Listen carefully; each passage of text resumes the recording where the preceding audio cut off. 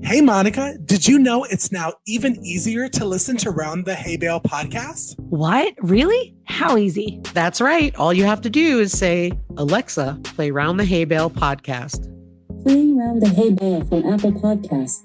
Ooh, we fancy. Tune in to Round the Hay Bale every Monday at 9 a.m. Central.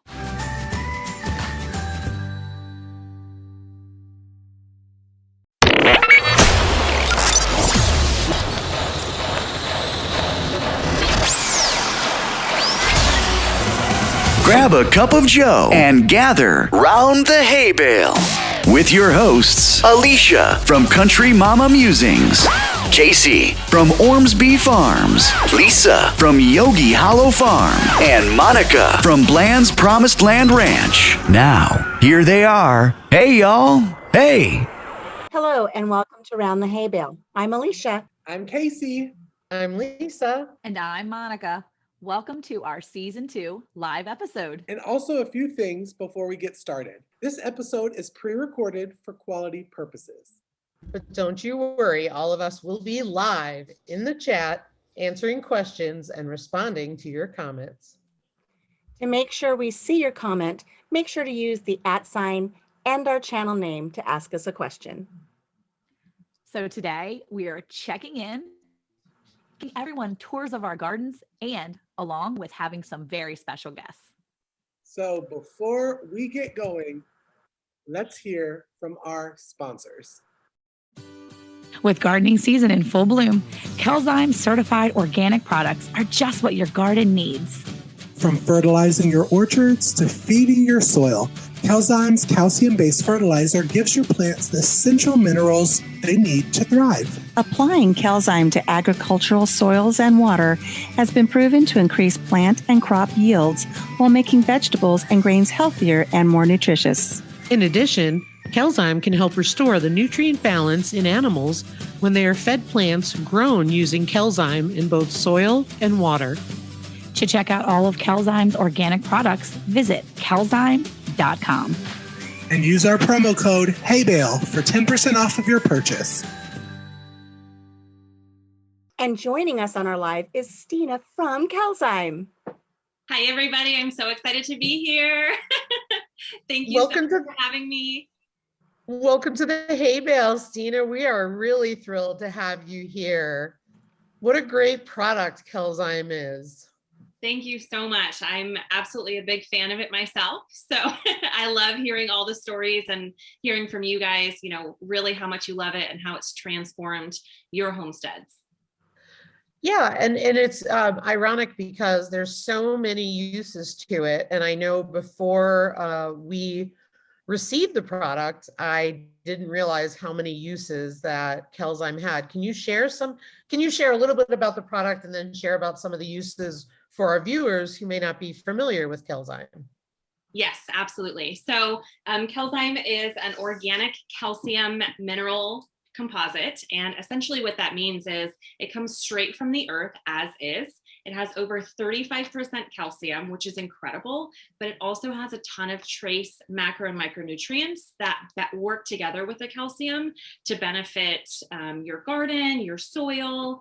One of my favorite things about it is it's referred to as a fertilizer, but it's a soil amendment. It's really about restoring the soil and working with the soil to break up any clay, all of the organic minerals and everything in your soil. It really flocculates that to work for your garden. In addition to working for your garden, it actually is also amazing for a multitude of purposes. We use it in our chicken coops, as well as for dust bathing for our chickens. I love to make sure that I put about half a cup in the chicken coop with our hemp bedding so that it just keeps it dry, it deodorizes, and it's really, really safe. Also, we love to use it for dust bathing because, chickens love to dust bathe. And sometimes I worry that when they're in the dirt, they're getting some bugs. So I love to put it in their favorite dust bathing areas because it just makes sure that they don't get any mites or any bugs or anything like that. and they also like to snack on it. So you can't beat 35% calcium. It really helps with their eggs and making sure that they're super healthy. That's a great tip. Awesome. I love that. Thank you. I do too. I love that it's an all natural mineral product, and I love that it has versatile uses, because for me, if I'm going to buy bulk of something, it just makes sense so that I have a huge bag of it on hand to be able to, use for different purposes. Yeah. And the great thing is a little bit goes a long way. So, and also you can't overdo it. So one of the things that people are always worried about is, putting fertilizers when we're in a drought, or making sure that they're not putting too much calcium in their products. And the great thing about the way that Cayce works is that because it's feeding the soil, you're going to see the increased uptake, but you're never going to have any concerns about, burning your vegetables or your garden, or having any issues with too much calcium. I was actually going to say that. I was going to comment on what Lisa said about buying in bulk. Is I was really surprised when we received our product from you. They're very good sized bags, and a little bit goes a long way. So it's a great value. And I know we were talking earlier about this it's they call it fertilizer, but it's really more of a supplement, if I recall what we were discussing earlier. And what's really great about it is, just flew right out of my head. It really did. I had a really great thought about it, and I got it back, guys. I got it back. I had seen a report today that, and I know this is for the larger farmers and not necessarily for homesteaders, but fertilizer has gone up, and don't quote me on this number, it's from memory, and we can all see how I'm working my brain tonight. I believe fertilizer has gone up in the farming industry like 135%.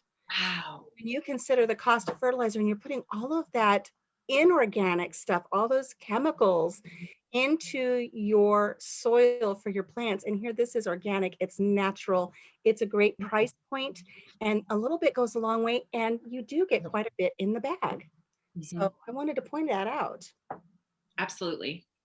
I agree with that, Alicia. And talking about, when going back to you saying about not burning your plants, me and Monica are in the South, and in the South during the summer, it's like 400 billion degrees. So you can't do much during the day. And I always felt like, God, that's such a waste of a homesteader's time that you can't do anything. And I've tried to do a fish emulsion spray, and it burns the leaves. I tried Cayce, no leaf burns, no tomato blemishes, and I did it during the hottest part of the day. So I was super impressed that you can fertilize with this calcium-based fertilizer, more of a supplement, and it not burn the leaves. And it's just a godsend for your veggies, because I have never seen my plants thrive as much as they had since we have started using Cayce on our entire garden, orchard and garden. Yeah. And, one of the best things, the way to describe it is, especially if you're going through drought, what Cayce is going to do is, again, it's going to feed your soil so that everything is moving fluidly into the plant. So you're actually going to be using less water, because that water is going to be able to uptake, and those nutrients are going to be able to uptake. And so they're going to work together to make sure that your plants are actually really hydrated, and you're not going to have any, issues because it's too hot, or, keep having to water time and time again because your plant's not taking up that water. So it's really amazing. So if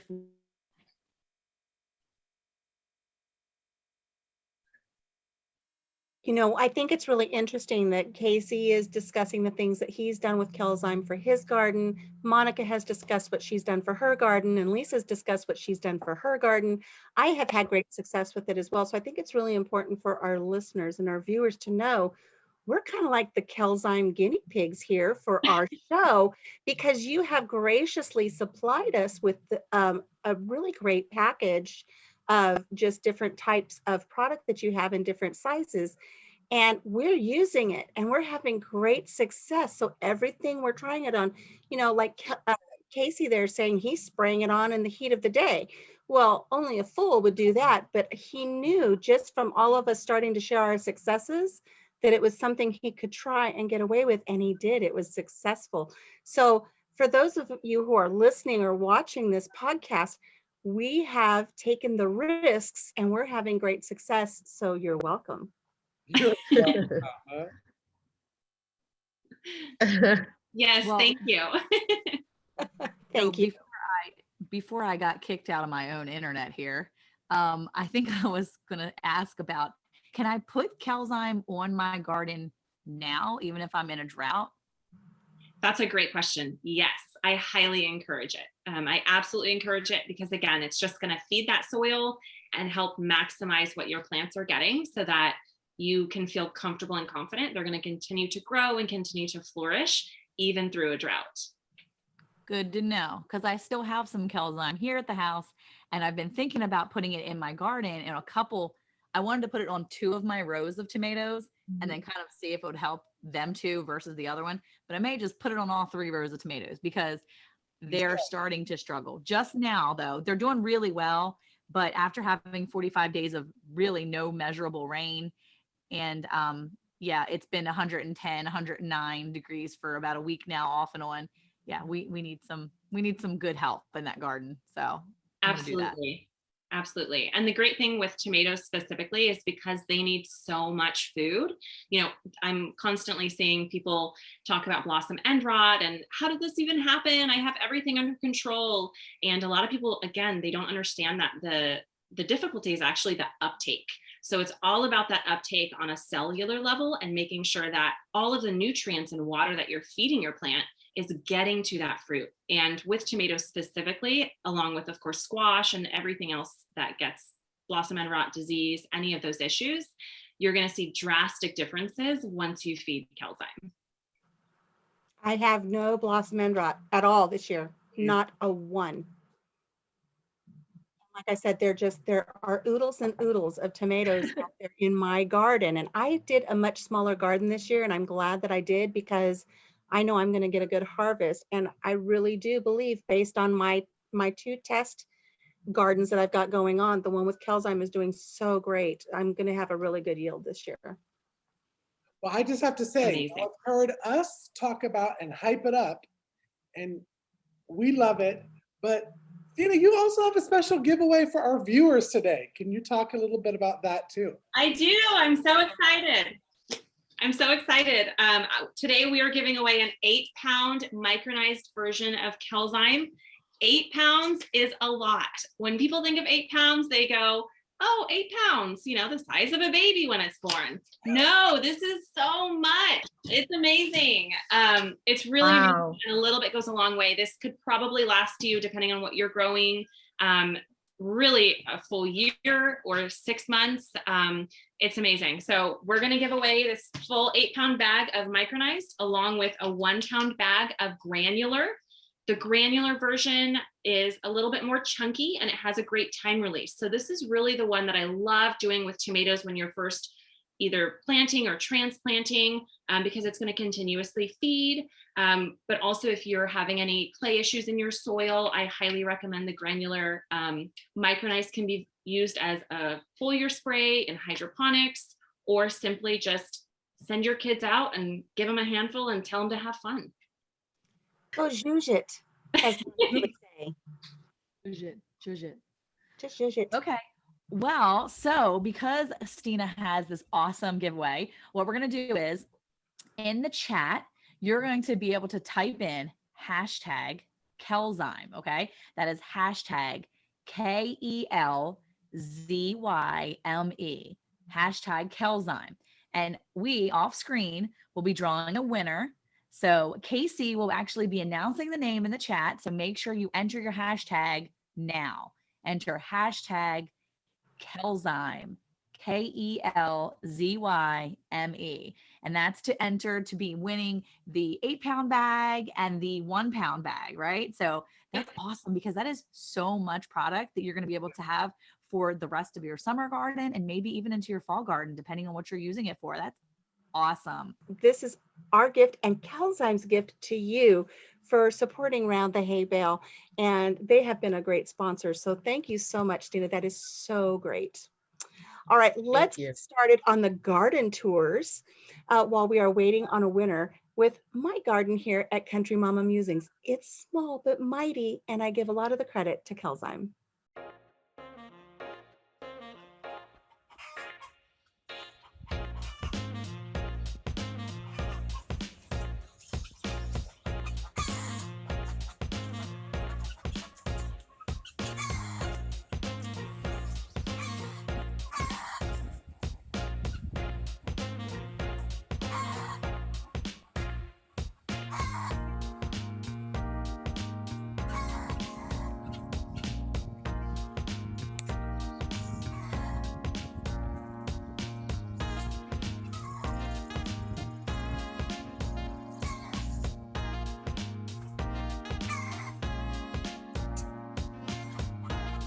Looks like we'll be having some green beans for dinner tonight. I picked a few, but I can get some more.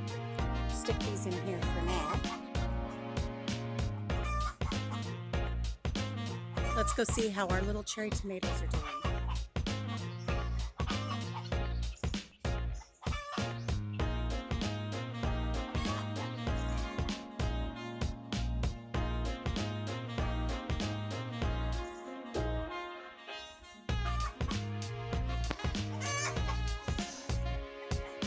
Look at these tomato plants. I used Kelsheim. The turkeys approved. I used Kelsheim on my tomatoes this year. They are going crazy. Let's pick some to go on tonight's dinner.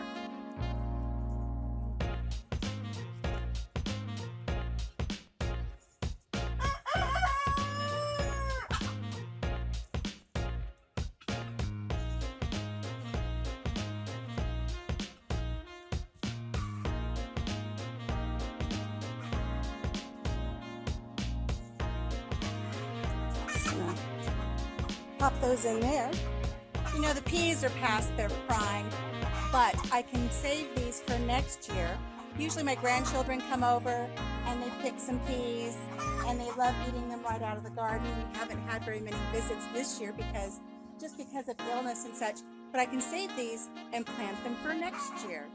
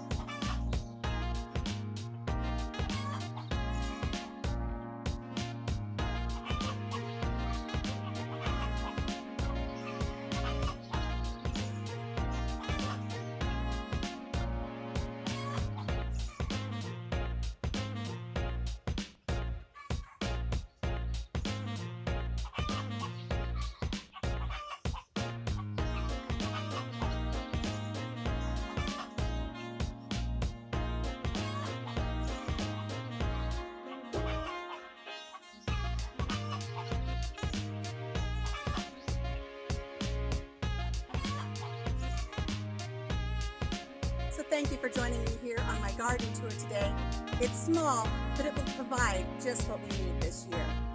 So let's head on back over to Round the Hay Bale. Friends? Alrighty, y'all, welcome back. So joining us, our next guest we're bringing up is Slava from Kitchen Garden Therapy. We had her on our season finale last week of the podcast. So welcome back, Slava. Hello. Hi. How are Happy you? to have you back. Yes. I'm great. How are you? Good, good. It's good to see you again. Thank you so much for coming back, even though we just finished our last season with you, highlighting the end of the season. And here you are again for our live. We're so glad that you came back to spend a little time with us. And we're so interested to know what you've been up to. What's going on over there in your world? Well, I've been busy in my garden. I think every gardener has the busiest season for them is like summer, because even though we finished all the spring plantings, but now it's all the maintenance. We have to feed our garden, we have to water it. And right now it's so hot that I have to water sometimes even twice a day, in the morning and in the evening. But for me, it's like a therapy. I like to go in there, and I am combining my waterings with inspecting the garden and also harvesting. Usually I come back home with hands full of things from my garden. So it's a pleasure being there and see how the garden is rewarding me for my work that I put in. That's wonderful. How's the heat? How are you doing with the heat this week? Because the heat, I think, has affected all of us in our gardens this week, not just across our specific states or regions, but our entire country. And matter of fact, across the world, we're having a really hot week this week. And so I know you said you're gardening and watering twice, but really, how's that garden holding up? Are they recovering well when you give them that second water? Yes, usually if I water well in the evening, by morning, they're all up and happy again. But I did notice that some of my cucumbers are not happy and some of my tomatoes are also not doing well. We had temperatures as high as 100. This week was like 90, in 90s.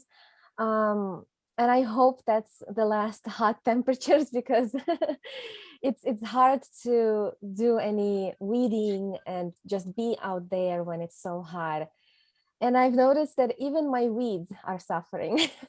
Even the weeds don't like hot weather. Absolutely. And I know some of our listeners and some of our viewers are going to say, 100, that's not very hot. It's 110 where I am. But Slava, you and I are both up in the upper Midwest, and we've got the humidity to deal with as well. And so we get this humidity with the heat, and it makes our heat index higher than what people really think we're dealing with.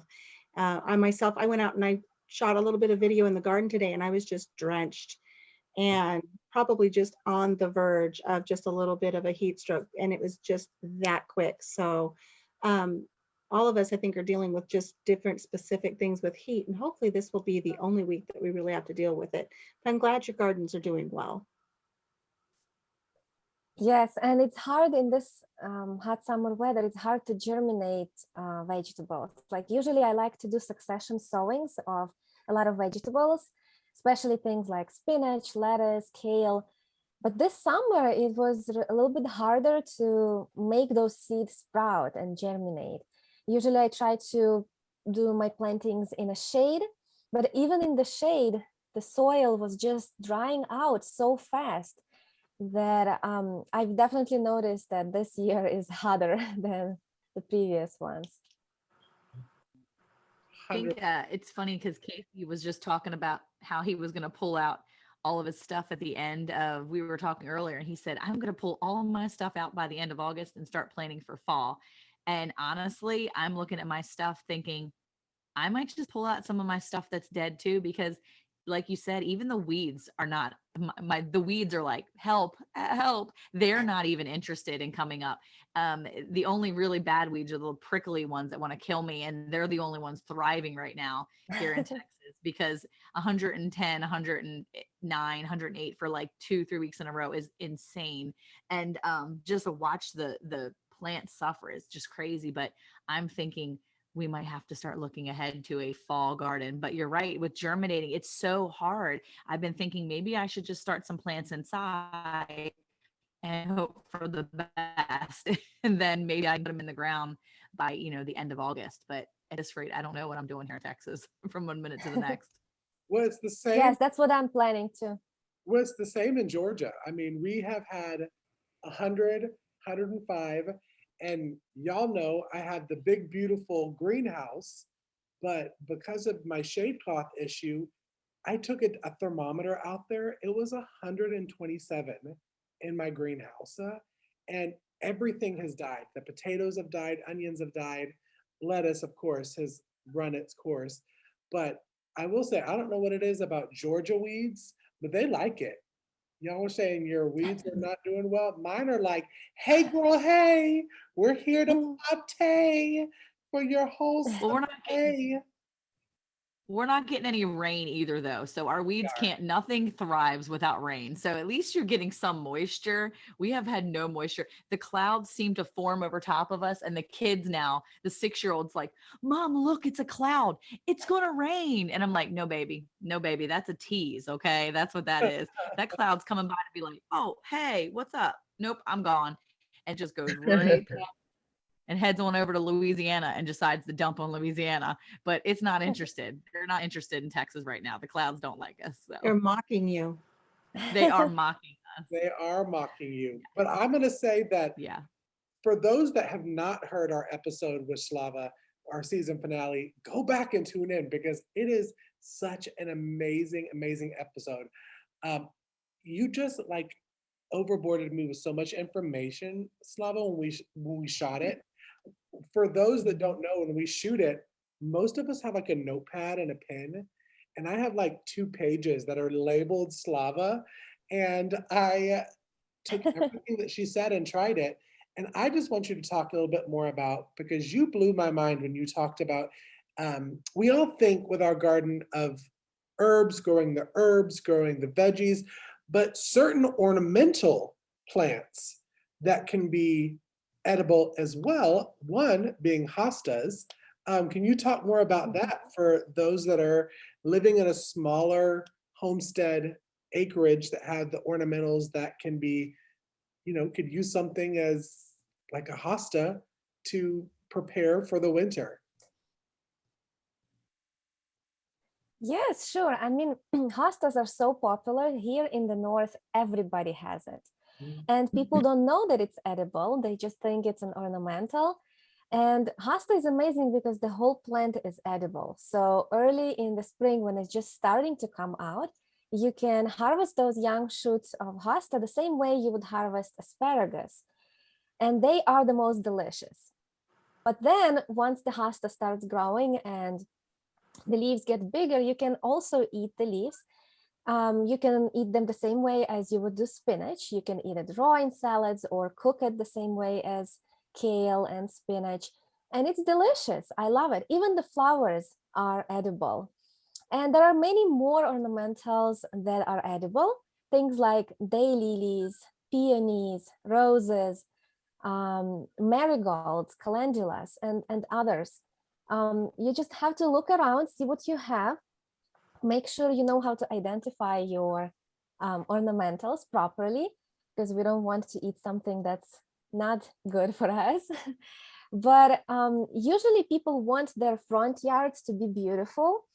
That's when ornamentals come to help, because we can make our landscape beautiful and edible.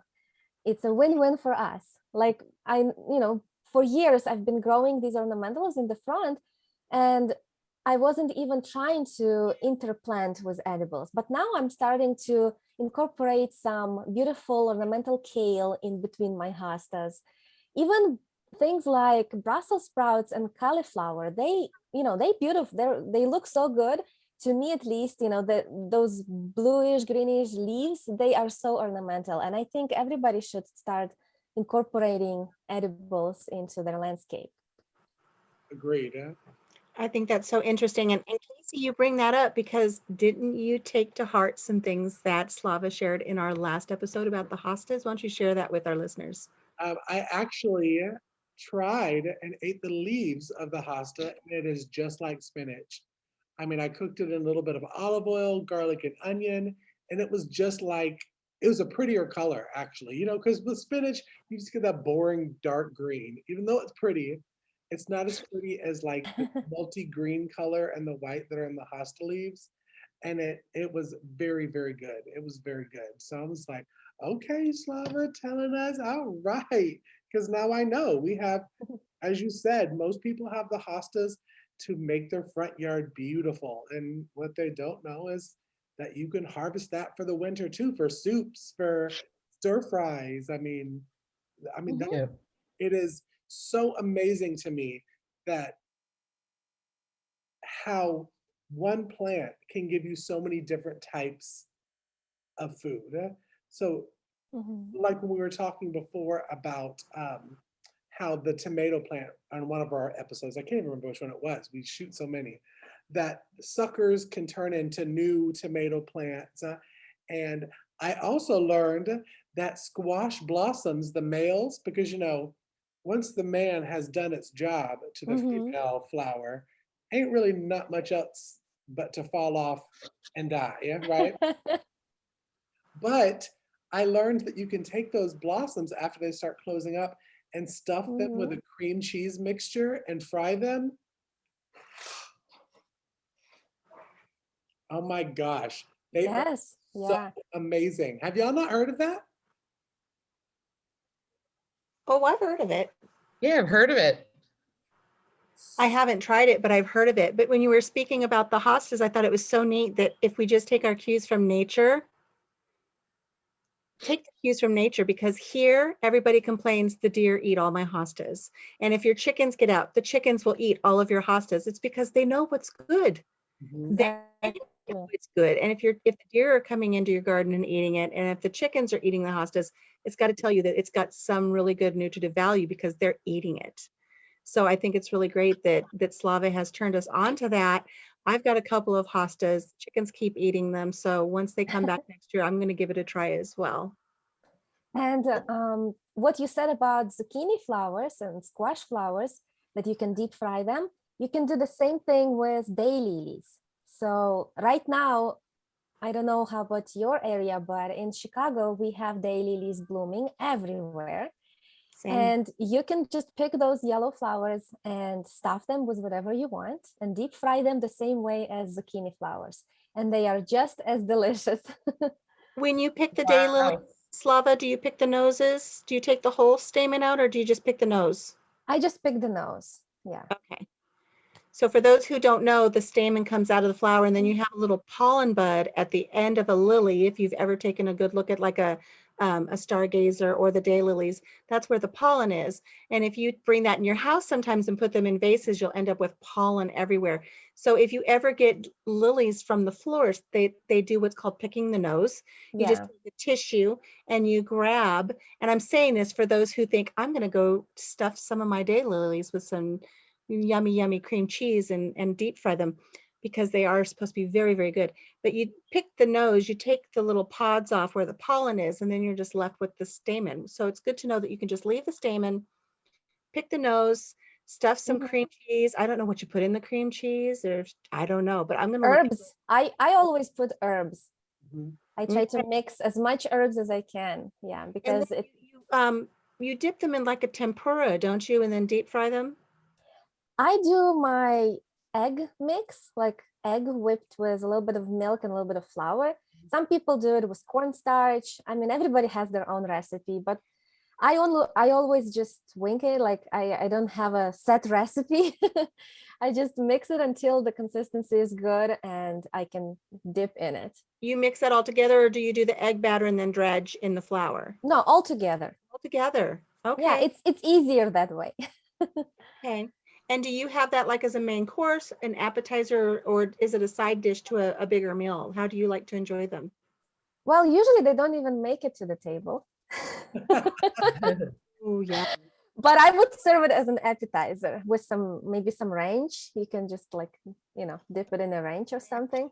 It's good. It's good like on its own too. You don't have to dip it in anything. But yeah, it reminds me the flavor of like onion rings or fried zucchini, kind of like that flavor.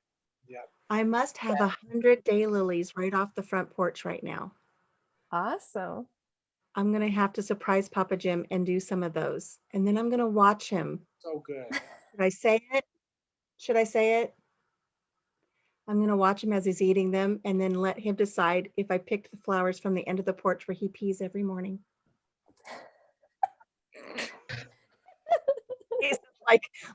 Lisa's like, she shouldn't have said it. She said, the thing about living in the country is every morning. But just remind me never to have any kind of daylilies at your house, because I was going to say I've had them not stuffed but tempura style, and they've been excellent. Really good. He doesn't pee in my daylilies. Peed in my zucchini. Sure he doesn't. I was about to say, we just took this to a different level of homesteading. Well, Slava, Hey, thank you know, it's truthful. It is truthful. It is. And listen, I'm a guy. I do it not on my daylilies, but I do it off the porch. Sure, why not? But on that note, If I could pee off the porch, I would. Slava, thank you so much for joining us in Psycho on our podcast. And that's why it loves us so much, because we talk about peeing on a porch. Part of a good country song. Thank you for having me. It's fun. I love conversation like this. They are real. We're real people. One thing I would like to point out is everyone who is listening or watching the replay, please make sure that you check out Slava's Kitchen Garden Therapy, which is her channel on YouTube, because she really has amazing content and really is very knowledgeable in what she does, and you will not regret it. So check it out, please. Absolutely. Slava, thank you so much for coming back on the Hay Bale and joining us. And y'all, while we're waiting to come back, we're going to go ahead and head into my garden at Ormsby Farm. But before we do that, a spoiler alert: if you've liked Slava, put a thumbs up, because she's coming back for season 3. So let's go out and head out to my garden to see what I got. Alrighty, y'all. So it's Cayce, and we are live here in my garden on location. So basically, I wanted to kind of show you around the garden. Again, this is our first year. It's about 3,000 square foot. And what we have is, I'm going to start all the way at the end with the noodle beans. Now, of course, when I shot this video for our live podcast, is I've harvested a good amount. So it looks bare, but it is producing well. So these are Chinese noodle beans that actually, this is the first year that we grew them, and they are doing fabulous. And they're so delicious. They're so good. They're really cool looking. I've pickled them, and they're even really good pickled. So try that. Definitely try the Chinese noodle beans. I am also going to save some of the seeds. So if you're interested, DM me and I'll get you some of the seeds. We're going into the tomato area. We have slicers and we have paste over here. And let me see if I can actually get through, because it's like a jungle of tomatoes right now. There's a lot of them, y'all. And they're all not quite ready, but they're going to be ready probably in about a week or two. I'm seeing some pinkish orangish tomatoes, which means they're getting ready to ripen up. The tomatoes have done absolutely amazing, and absolutely have, I mean, they're even taller than me, and I'm 5'9", 5'10". So they're doing really, really good. The next rows that we have, are peppers.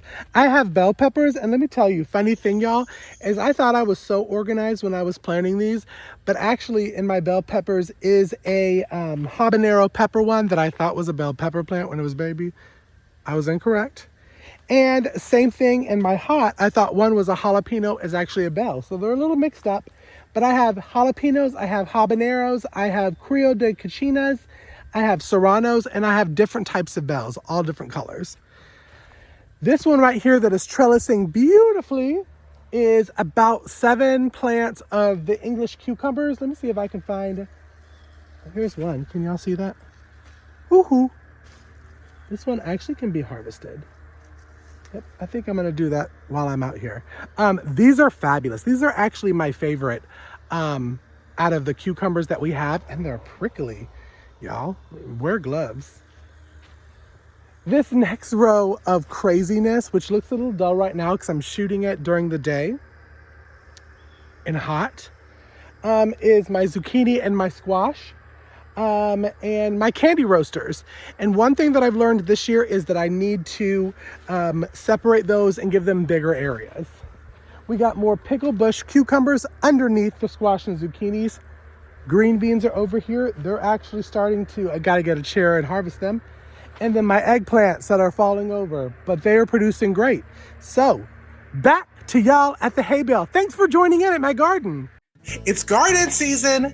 Need an at-home soil kit?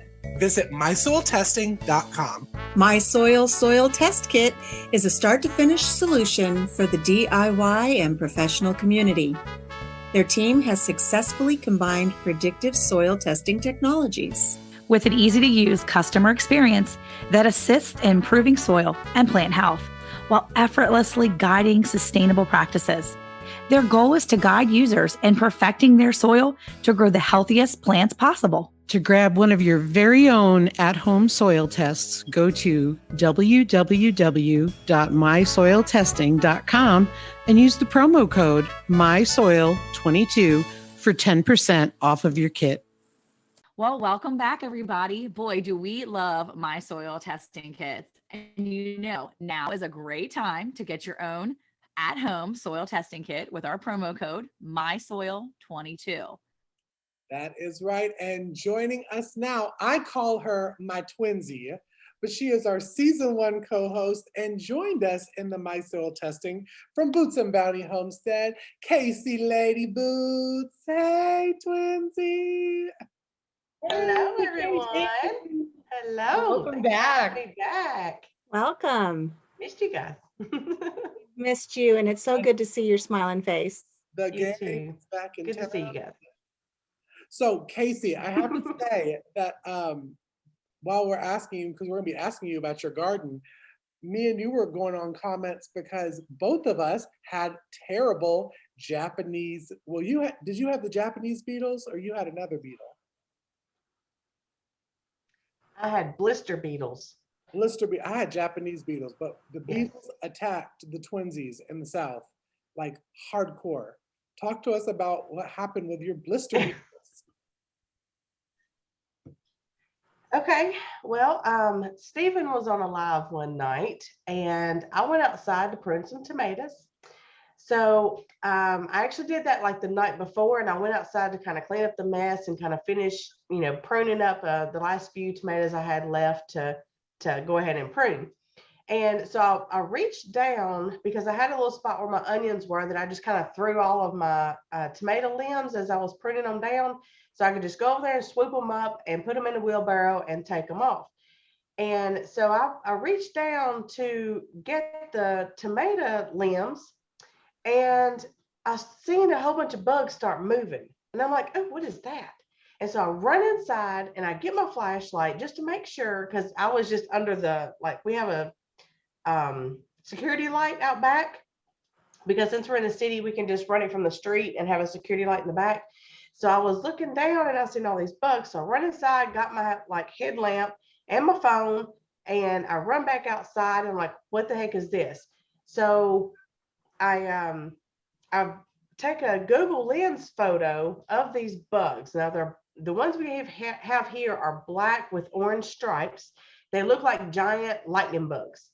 And so at the time I didn't know what they were. I was like, oh, okay, no big deal. I said, but what freaked me out was every time I moved something, they would just by 20s and 30s just come out of these limbs. I'm like, what the heck is this thing? So I was like, well, before I start moving anything, let me see what this bug is, because I've never seen it before in my life. So like I said, I Google Lensed it, and it took me several pictures to kind of get one that was repetitive, so I knew that was it. So while Stephen's on his live, I come in, I sit in a recliner, I'm reading up, I'm trying to figure out what it is. And what happened is, this is just from my guess, the way that these bugs work is they come in swarms, they feed on foliage, and then they leave.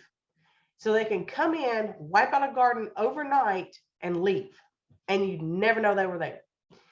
So what happened was Monday night, Monday during the day, they cut the wheat field. They feed on wheat. So they cut the wheat field. The wheat field owner never knew they had those bugs. And so when they cut the wheat, they had no more anything to feed on. So they all come over to my garden.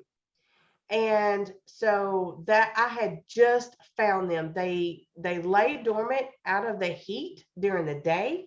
So they were underneath all the tomato limbs, and then they come out at night and eat everything, and then they go back dormant. Well, I did not know that until the next day. So I get up the next morning, I'm ready. I've done red up. I can't even find the chemical to kill them with.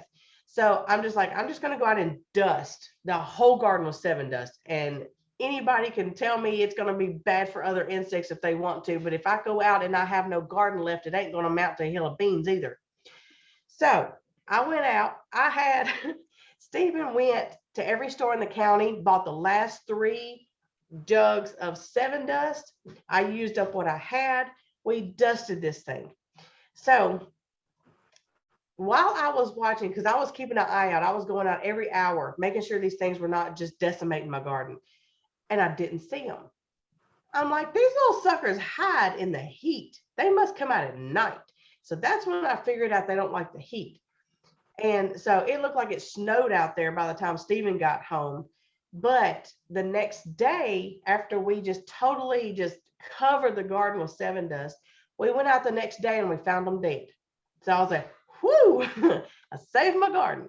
And all of the bees, since everybody wants to be worried about bees because 7 Dust does kill bees, they were on my squash on the other side of the house. So I wasn't worried about them. All the bees were cared for over there, but my tomatoes and peppers and all that were not blooming or anything yet. So the bees hadn't come over there. So we caught it at a good time.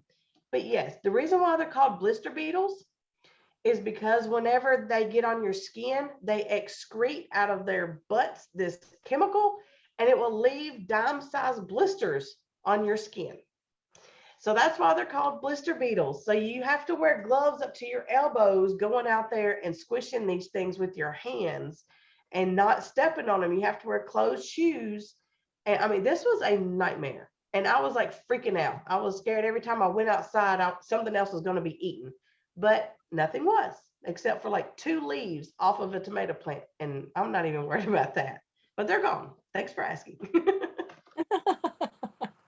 I just want to When say, you describe them though, Cayce, they're not box elder bugs, right? Are they different than box elder bugs? I don't even know what that is. See, we have box elder bugs up here and they're little black beetles with kind of red orangish stripes. And I was wondering. Yes.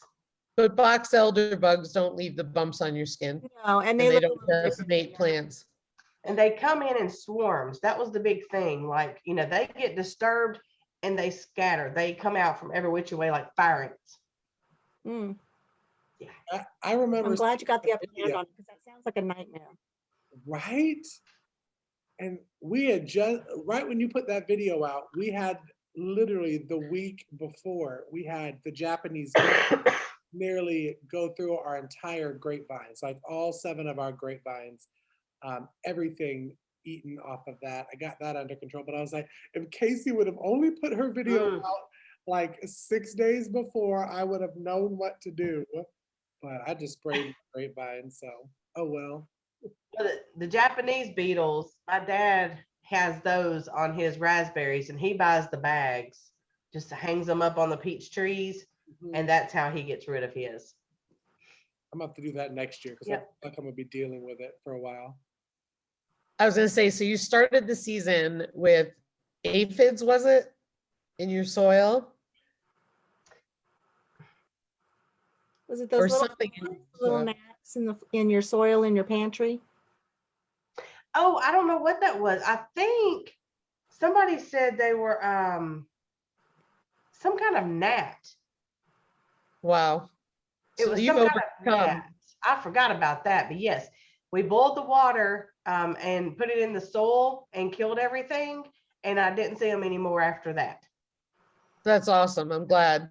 It's hard in the South because there's a lot more bugs coming after your plants and attacking them with the moisture and stuff like that. And I'd imagine it's the same with, you know, livestock. You know what I mean? You have a lot more horse flies. Yeah, I have those here too, and they're just relentless. In certain places they are, that is, but I know one of the things I often hear about is, you know, people with livestock have a lot more what's the word, funguses and worms and all of that, you know, just because of that moist heat. Yes. So between the garden and all that, it's a lot going on in the summer to protect everything. Oh yes. I actually forgot about those gnats. It seems like it's been forever and a day ago, but it's been like almost 4 months ago. because I start so early. I forgot about that. thing is you've had to overcome the gnats and I'm sure several things in between. And now we're at this point of the season and you're dealing with these blister beetles. And I think it's important for everybody who tunes in that, they think, oh gosh, I'm just starting out in homesteading and I'm having one issue after another after another. That's kind of part and parcel what we deal with in different areas, different regions, different types of gardens, different types of bugs, different types of maladies that we all put up with. And we learn to overcome them. And that's the tenacity, the tenacious, I was going to say tenacious. That's the tenacious attitude that we have when we decide to take on this lifestyle. And so for those who are listening, who are just getting into this, it's important to know that some of those who join our podcast who are seasoned. Cayce is a seasoned gardener. She still deals with these things. She has to learn ways to overcome them, and she comes out victorious in the end, and she doesn't let it get her down. That's the important thing, because so many who are on some Facebook pages and on our homesteading Facebook page, they get discouraged because they're coming up against these hardships. And it's like, just keep going. You're going to be okay. And Cayce is perfect proof of that, because we've seen it time and time again where she has this little, I want to say little stumbling block in front of her, but she uses it as a stepping stone and she overcomes it, and time again. And that's an important message for our homesteaders and for our viewers. All right. Well, thank you, Cayce, for joining us back on the hay bale. Now let's head on over to my garden here on Yogi Hollow Farm. Hey everybody, I am live from my garden. So let me give you a tour. So this is the main garden. Here are the carrots. We've got beets, spaghetti squash. We have broccoli and cauliflower in the next 2 rows, zucchini and yellow squash, some marigolds, some lettuce that came in our produce box, and we've got 2 long rows of potatoes. But let's take you over to the raised bed. Here we have some calendula, some marigolds, some asparagus that we're letting go to seed, and also some bunching onions and some onions. And over here we have some red pole beans, and we have a cucumber over there. Over here, we have the hydroponic tomatoes that I had in the house and then hardened them off and brought them outside. They look terrible, but they have tomatoes on them. And behind it, we have loofah gourds on either side of the currant. And we have strawberries. And back there, we have the last of our peas and some carrots in the pots. And over here in our messy garden, we have a row of potatoes there, 2 rows of potatoes there, and yep, there's my kale, and I admit it, it was me. I pulled the weeds around my kale. I know I shouldn't have, but I did. There, I said it. Why did I pull the weeds? Because I couldn't see my kale. So I just pulled right around the kale so I could see it. And over here, we have the greenhouse. So we have cucumbers here with lots of blossoms, lots of yellow tomatoes, sweetheart cherry tomatoes in the background. And you can see lots and lots of flowers on them. We've got some huge bell pepper plants. We've got 3 of those. In those pots there, we have jalapenos. They had the jalapenos on them when I bought them from the store. We've got some marigolds in the back, my celery that I just harvested, and our quinoa. So, all right, guys, I'm going to throw it back to you guys at the hay bale. Welcome back. And what would have been our next guest joined us for National Essential Oils Day, and she would have been back here for a giveaway. However, she had another obligation to tend to. So unfortunately, Brooke is not here. However, she is giving away some good stuff. And I'm so excited. And y'all that are in the chat, if you have not listened to that podcast of the essential oils, the 4 of us had so much fun shooting the National Essential Oils episode. We all learned so much. I was blown away to know about oregano oil being a all-natural antibiotic. And we on the podcast always talk about preparing and stocking up your pantries and living more of a self-sustainable life, but you don't always think about stocking up your essential oils, like gathering essential oils, like, what am I trying to say? Many folks don't think about stocking up on essential oils. They think about food, they think about medication, but they don't think essential oils. Is that what you were referring to? Yeah, yes, that's definitely, thank you, Lisa. Because my brain is not all there, because I'm so excited about how essential oils, you need them in your stockpile when you're living a homestead. And Brooke, who is a doTERRA rep, is graciously giving away another starter kit. And before we kind of go over how in the chat you're going to be able to win that starter kit, Monica's going to go over and talk about exactly what's being given away. Goddess of knowing what to have and what to stock up on. Yeah, except for the fact that I call it doTERRA instead of doTERRA. Thank you for Alicia's helped me figure out how to remember it's doTERRA. Okay, so I am saying it. She's helped me. It's wonderful. Okay, so here's the thing. So Brooke was on our episode 15, which was back in July.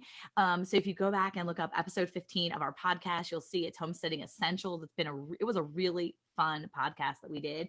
And Brooke is not just a oil salesperson, and I think it's important to know that, and she says it in our podcast, that she doesn't just sell oils, she's really a wellness advocate. So whoever wins this today, you can certainly reach out to Brooke if you have any questions. So let's just say you're throwing up your information in the chat and you're like, yeah, I'm gonna win something free, because everybody knows we like free stuff.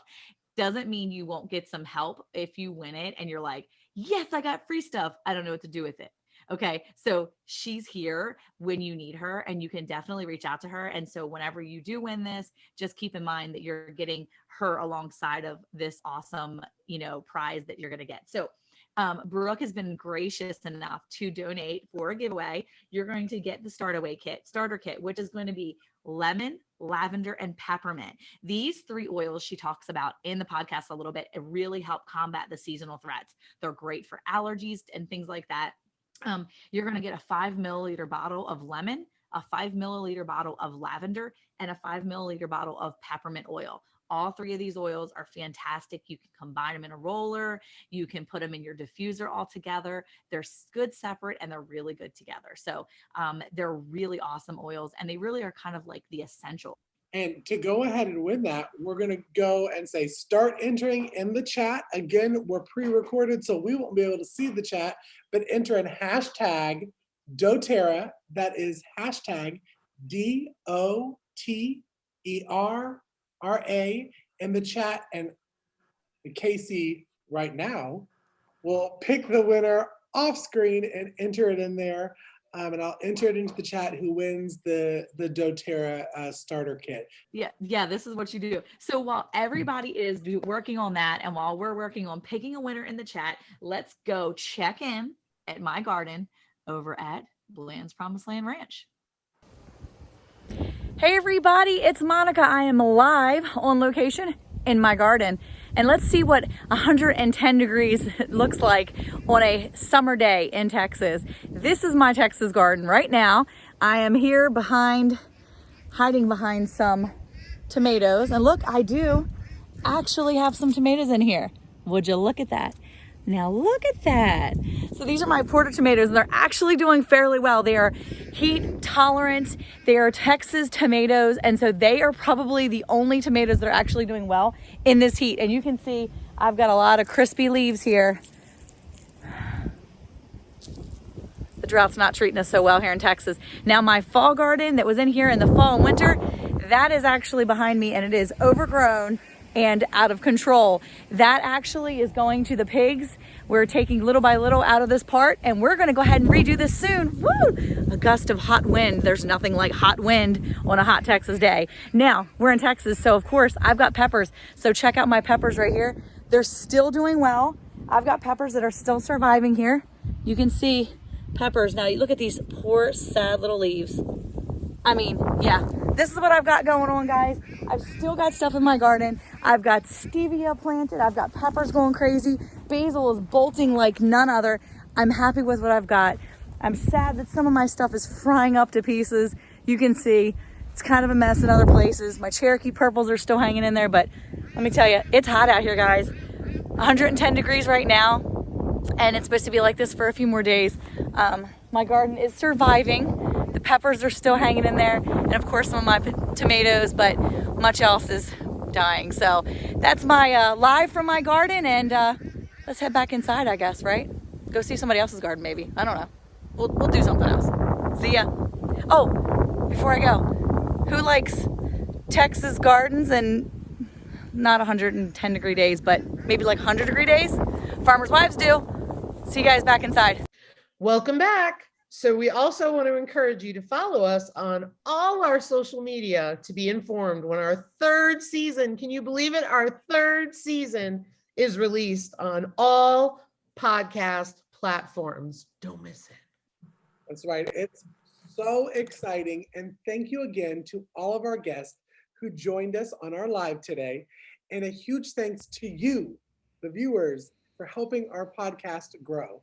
It's because of you that we have reached over 6,000 downloads and growing.